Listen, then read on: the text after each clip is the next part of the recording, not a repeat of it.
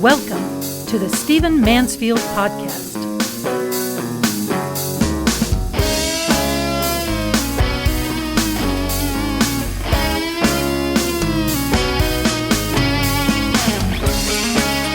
Hey, welcome to the Stephen Mansfield Podcast. Great to have you with me. Listen, before I dive into this episode, I want to enlist your help in the work I do with men. Manhood, masculinity, noble masculinity, righteous manhood, great manhood, I call it all those things, is in crisis in our generation. And I have started an organization that is teaching men, training men, reaching boys, holding conferences, producing books, doing work internationally, and I could use your help. There's one way you can help that doesn't cost you a dime. If you will go on to smile.amazon.com, you can choose Great Man Global. That's my organization. That's the organization I've started, 501c3. Go on to smile.amazon.com and sign up, link basically your account with Great Man Global. What this will do is it will cause Amazon to give a percentage of your purchases to Great Man. Won't cost you a dime. Doesn't remove the discounts you get. Doesn't remove the great deals. Many of you, the average American spends about $1,200, $1,500 a year on Amazon. Some of you who are in corporate work and other kinds of work spend hundreds of thousands a year. And we will get a small percentage. Won't cost you a dime, and it will allow us to help men. Now, if you want to do something more directly, go to greatman.tv. You'll see in the upper right-hand corner an opportunity to contribute. And I'd love for you to do that. We are a 501c3. It will be tax-free. But now that COVID is receding a bit, we've got a bit more flexibility to travel internationally and hold conferences and things like that. We're going to get to it with a passion. People are starting to support. We're starting to have the treasure chests, the war chests to get after this. We're going to do it. Help us. You can do it without it costing you a dime on smile.amazon.com, or you can go ahead and make a contribution. Help us out. Now listen, I want to jump in this episode to something that's difficult, that's disturbing, that's causing a lot of trouble. I want to talk to you about conspiracies, and I want to talk to you about QAnon. Now, let's be really clear. QAnon is a conspiracy theory that has gained currency, as all of you know, recently. And it is basically the idea that the government, media, and financial worlds in the United States are controlled by a group of Satan-worshiping pedophiles who run a global child sex trafficking operation. All right? So it's the idea that government, media, and the financial worlds are in league, that they are all demon-possessed perverts, basically. I'm not putting it down by saying that. And that they are running a child trafficking ring worldwide. Now, this may sound nuts when I say it that baldly, but the fact of the matter is that all around the country, people are believing this to a huge degree. 15% of Americans agree with this. 25% of all Protestants, evangelical Protestants, 25%, Black Protestants, 15%, white Catholics, 11%. It's pretty stunning. Even mainline Protestants, who don't tend to be very conspiracy theory oriented, 10%. It's pretty stunning. One of my friends, and a man whose name you might know, Dr. Russell Moore, one of the most respected evangelical Christian thinkers in the country, says he is talking literally every day to pastors of virtually every denomination who are exhausted by these theories blowing through their churches or communities. I can tell you myself that I have friends whom I love, whom I've known for years. They got caught up in these theories. They began to suspect those who didn't share them. Relationships have gone south. People have been ostracized. Families are split. We had families splitting over Trump, pro-Trump, anti-Trump, Republican, Democrat back during the Trump years. I'm sure we still do. I received reports from friends. We don't get together for Christmas anymore. We don't exchange presents. We don't do anything for Thanksgiving. We don't even celebrate birthdays across these political lines within our families. It was tragic. Well, this is worse. Because if I tell one of my QAnon believing friends that I don't share this view, then they are very likely to say, well, you're part of it, Stephen. You live in D.C. You're part of this. You're probably trafficking children yourself. I've had people almost say that. And so it's doing unbelievable devastation. So I'm going to give you some of my views about this. You're going to be surprised by them, I think, and hopefully get some folks, I'm not trying to do some deprogramming here, but I'm trying to get us to be sane. And by the way, let's have a real impact on trafficking, which I'll talk about in just a while. Now, here's the bottom line for most of us, especially if you are a Christian. All right, I'll explain why that's important in a moment. I realize I have lots of listeners who aren't Christians. You know I love you. You know you're welcome here. But I'm going to just talk specifically to Christians because this has a very religious cast. This runs on the power of religion, this QAnon. So if you are a Christian, you already believe in a certain degree of conspiracy. Now, what do I mean by that? A Bible-believing Christian believes that according to Ephesians 2, for example, that there is a spirit at work in the children of disobedience. In other words, those who aren't committed to God are controlled to some degree by the powers of the kingdom of darkness, by, call it what you will, demons, the devil's minions. Use any words you want to use. And we are told in Ephesians 6 that there is a hierarchy of supernatural powers that rule over the world ruling. That's literally the Greek word, kosmokratos, literally world ruling spirit. So there is a spiritual conspiracy at work in the world against human beings, against life, against health, against love, against prosperity and abundant life, as it says in the Gospel of John. And so, yeah, there's a bit of a conspiracy. When a person becomes a Christian and lives in the world, they understand there is an invisible conspiracy against them. They have joined a war. That's just basic Christianity. We teach that to kids in Sunday school class, for heaven's sakes, when we talk about the armor of God coming out of the book of Ephesians and elsewhere in the Bible. This is normal. Okay? So does it make us all schizophrenic nuts who are looking for demons behind every doorknob? No, not if we're well taught, but it does cause us to realize that there's a conspiracy going on. Okay, then if you are a conservative, you're a political conservative, even if you're not a Christian, whichever, political conservative and a Christian, political conservative and not a Christian, the fact is that you also believe in certain kinds of conspiracies. Conspiratorial thinking at some level is fairly normal.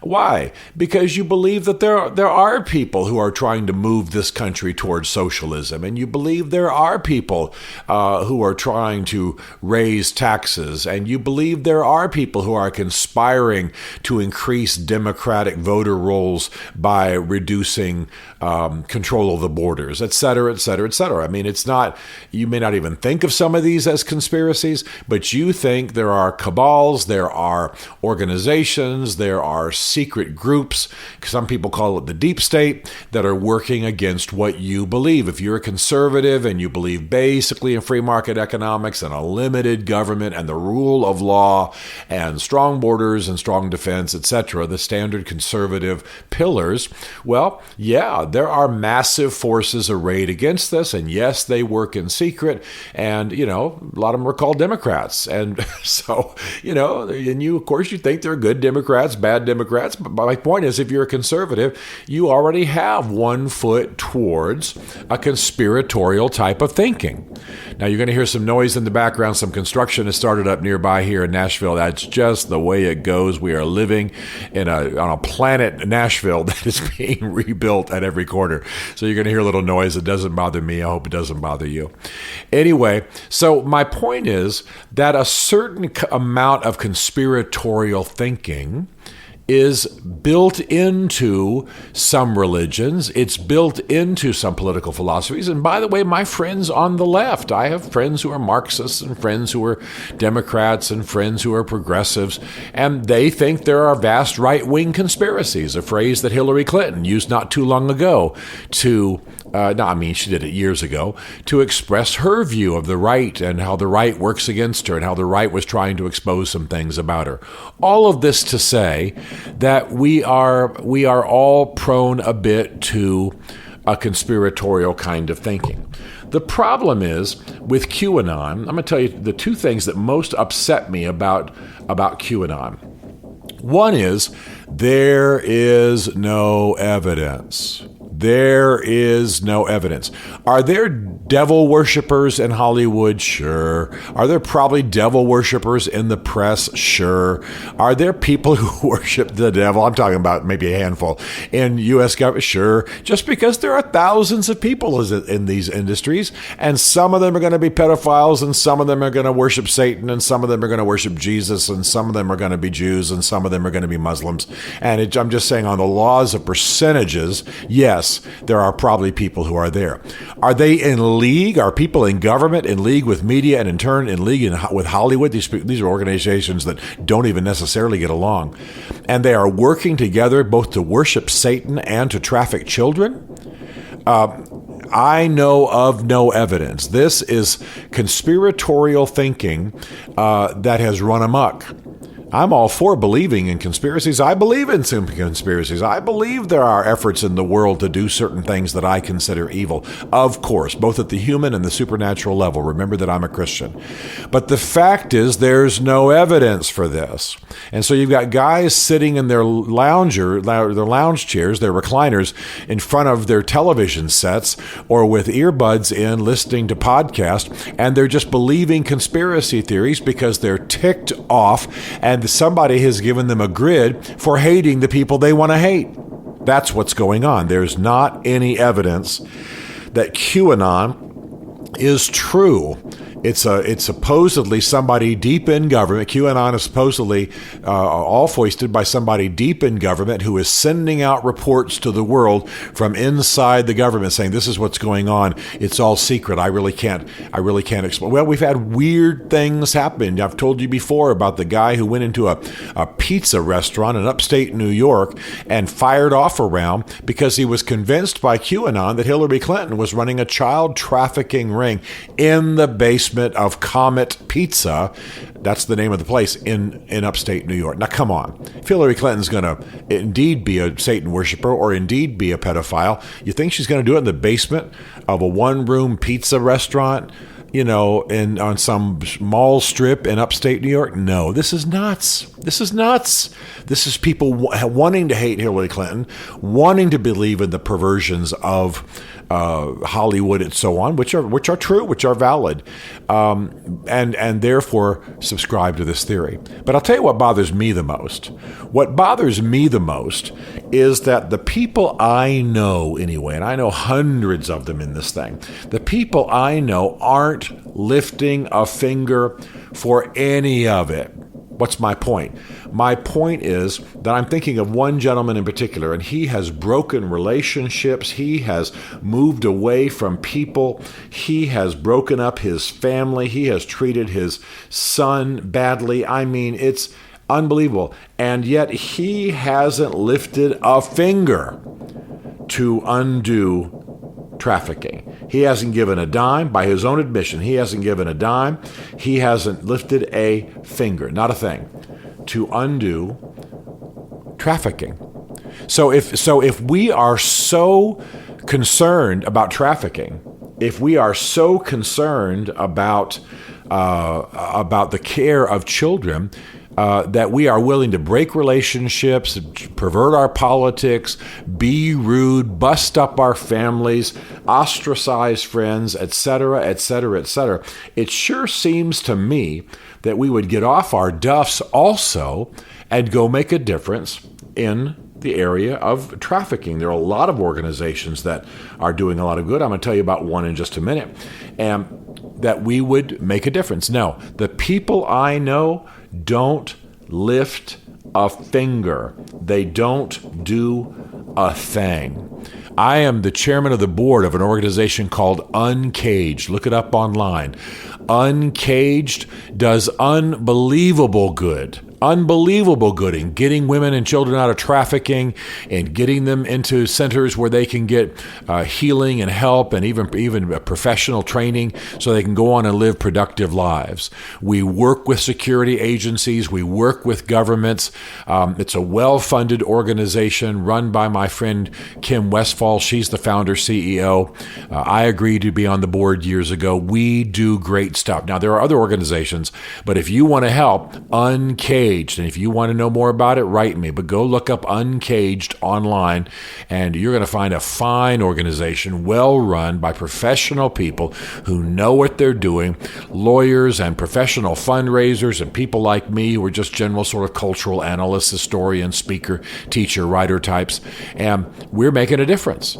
So, I mean, I'm a little bit animated about this because if you are all caught up in Uncaged and it's all something you talk about over a beer and bellyache about back to your television, get off your butt and help us. We're actually getting people out of trafficking rather than just using a QAnon conspiracy as an opportunity to be mad, separate from everybody, and hate on people.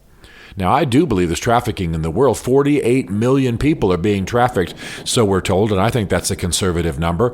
About a quarter of them are children. And yeah, it's a huge issue. And I'm thrilled when I get on my Delta jet and hear the flight attendants or the captain say something about, hey, if you see something that looks like trafficking, Delta's taking a stand against trafficking, let us know. I'm thrilled when I stand in an airport nowadays and hear the announcements. I'm thrilled that people are getting on board. Well, we're doing it. We're out there doing it. We're active. We're spending our time, spending our treasure. Some people are risking their lives in our organization to get people out of trafficking. We've got homes all over the world. We're building new facilities. You want to end trafficking? Get involved with us. Open your wallet. Get off your backside. Come to one of our conferences. Check out our website. Get involved. Do something.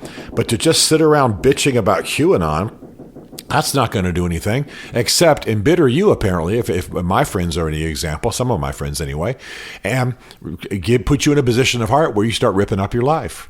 So you can tell I'm kind of animated about this because QAnon is damaging American politics. It's absolutely tormenting churches and pastors. It's ripping up families. It's embittering souls. It's probably not even true in its overall architecture, but I'll tell you, it's absolutely true that there is trafficking in the world. And to the extent that QAnon says there's trafficking in the world, I say yes and amen, let's change it. But if you're just using QAnon as a chance to sit home and bitch, you are missing life and you are going to damage your life. So, some degree of conspiracy theory belief is built into life. We all sort of believe it. It can be as benevolent as, the public schools are run by teachers' unions and they're doing a terrible job. There's a conspiracy theory. Simple, little, basic political conspiracy theory that a lot of people in America believe, especially on the right and especially among Christians. And it's fine. It's allowed. I'm not saying it's necessarily true. I'm saying that would be one that you just kind of run into every day. Or that the right is now all about, combating what's best for America. The congressmen and women who are fighting the infrastructure plans of Mr. Biden. Well, there's a conspiracy theory for you. They're built into life. Conspiracy theories happen, right? I've done a lot in the Muslim world. My Muslim friends sit me down and talk about what Christians are trying to do. The U.S. is trying to, get a foothold in the Holy Land of Saudi Arabia and so on. There is a conspiracy theory. Conspiracy theories are built into belief systems, and that's fine. What you want to do is do the best you can to verify the facts. And then once you've verified the facts and you care about a certain cause, get up and do something about it. So to sit home and bellyache about trafficking, a la QAnon, which its version is not verified, and do nothing else is just wrong. And the embittering that it does, and the tensions that it brings, and the ostracization that it brings, is going to do damage. Look, I care about you. I care about our country. And I want you to think seriously about this QAnon stuff, especially I'm going to be very pointed now. I'm a Christian. I'm a church guy. And this is doing unbelievable damage in our churches. Every church expert, from Ed Stetzer to Dr. Moore to other people that I know, friends of mine, they're all saying churches are being ripped up by this theory that has no basis, and by people who don't lift a finger otherwise to make any kind of difference when it comes to trafficking. All right, let's change this. Let's fix this. Again, I want to say it's possible that every individual piece of the QAnon theory is true. There are people in the news media who worship Satan. Okay. Are there people in the news media who are pedophiles? Yes, probably, given how many people are in the media. That does not mean that the overall architecture of the QAnon assertion is true. So know your facts, get off your backside, make a difference. Come join us at Uncaged if you want to fight trafficking. But most of all, be careful what you believe, and be careful how you live based on your belief. Remember that the ancients told us the unexamined life is not worth living. Examine your life, examine your beliefs, and then get busy changing the world the way that you have power to do it. Stephen Mansfield is a New York Times best-selling author, a popular speaker, and a frequent faith and culture commentator on Fox and CNN.